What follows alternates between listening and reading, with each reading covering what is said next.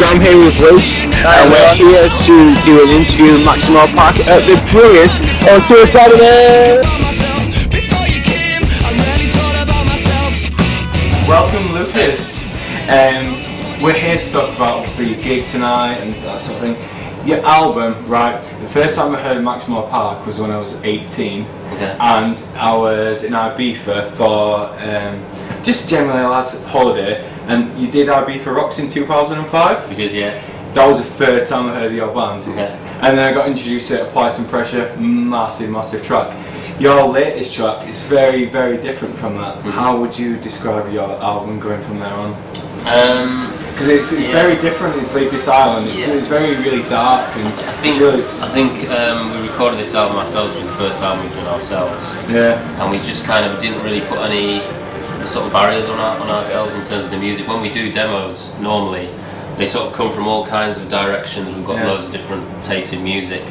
But the way we've recorded albums in the past is kind of in a more traditional way with a producer, and you hire a studio and you kind of re-record everything and it all comes from the same time, same place. Whereas this time round we kind of left the demos really as the main basis of the final recordings of the track. So we've got, we have a studio which we kind of equipped all last year.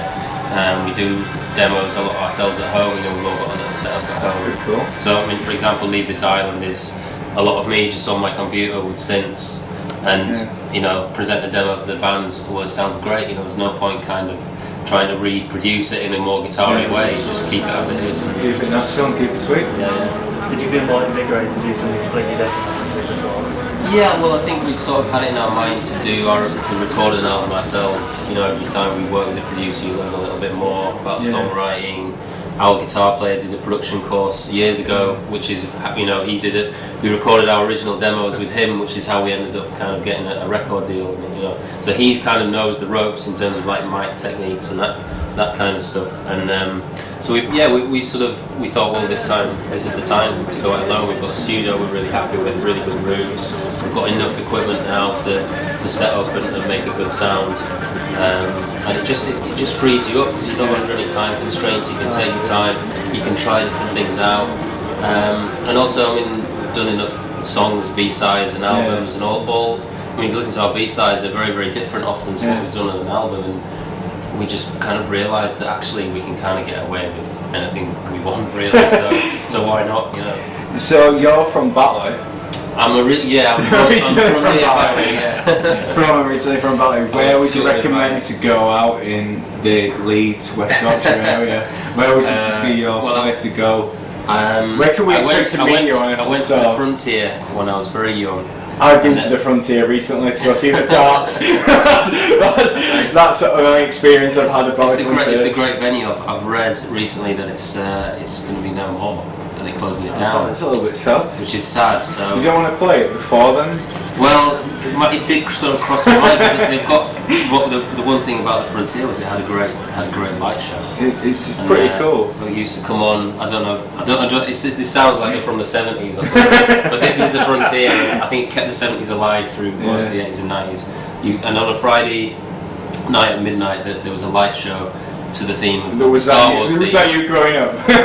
Star Wars theme, flights about the Frontier. So for me, that was a special place. Maybe you can do a benefit gig to keep it going or something. Yes, I think it's a good idea. Let's start that here now. Get the plans out. Watch this space. We're gonna do it. We're gonna do it about the Frontier. Yeah. We often get interviews, and with bands, they try and tell us little lies, little porkies, just to try and get it into media. And then, so what's the biggest lie your band's told? I think it was Glastonbury for the first time, so it was 2005, and there was a story that went around that wasn't true, but what didn't come from us. So we just said, well, if that's not true. So I'm going to let the cat out of the bag here. The story was not an amazing story, but Paul's wellies were stolen. At Glastonbury. Front page. And that apparently was news in the NME. Really? And we just said, well, fine. If that's what you want to do. On Substation Radio, obviously we have a lot of stuff that we deal with a lot of people. One of our things is we have an ASBO. A substation got. banning order. That's what we So got. essentially, it's like tracks that we want to. People want to ban, so you can like text in or whatever, and essentially go, "I hate this track. If you give it a valid enough reason, we'll never play it again." Okay. It seems pretty fair.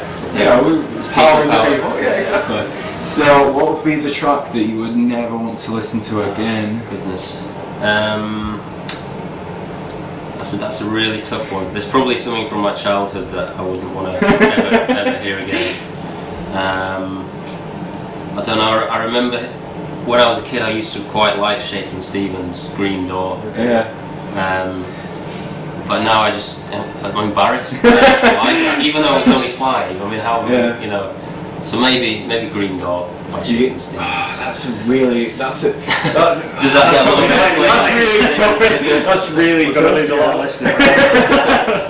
No one will be tuning in. Core audience, I've just killed it. Sorry. Oh, sorry. We'll have to ring Shaking and tell the show's not on anymore. Stevens, we can't play it anymore because Lucas says she's terrible.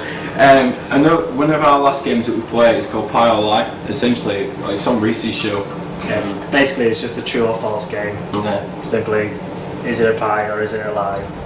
So now we're gonna we suggest a pie on our show and go and give you a name, and then you've got to guess whether it's actually a real pie you can get a recipe for, or a lie. Okay. Yeah. Sounds good. So this time, we're going with a pie. Based on you guys, obviously, we've got to focus on you guys. So the pie I'm suggesting is Park Life Pie. So I'm asking you, Lucas. Park Life Pie. It's a real pie. It sounds like it could be a real pie to me. I think Blur did the whole dog racing, Park Life. They eat pies at dog racing. It's actually a lie. We made it up. Gutted. Good. Got it. Good lie. Yeah. But we'd like to say thanks for joining us. Yeah, no, it's been nice to meet you. It's been brilliant. Cool. And that's about it. Rob's Hill. So yeah, we found out that Lucas he thought it was a lie. He didn't win. It's disappointing. But we felt bad for him, so we We gave felt- him the digger anyway. We give him the digger anyway. So that's a good, nice kind of guys that we are. And I hope you've enjoyed our interview. It's just been fantastic. Yep. I've been Reese Lightning. I mean, Pete, it's This is Substation. Just dance, gonna be okay.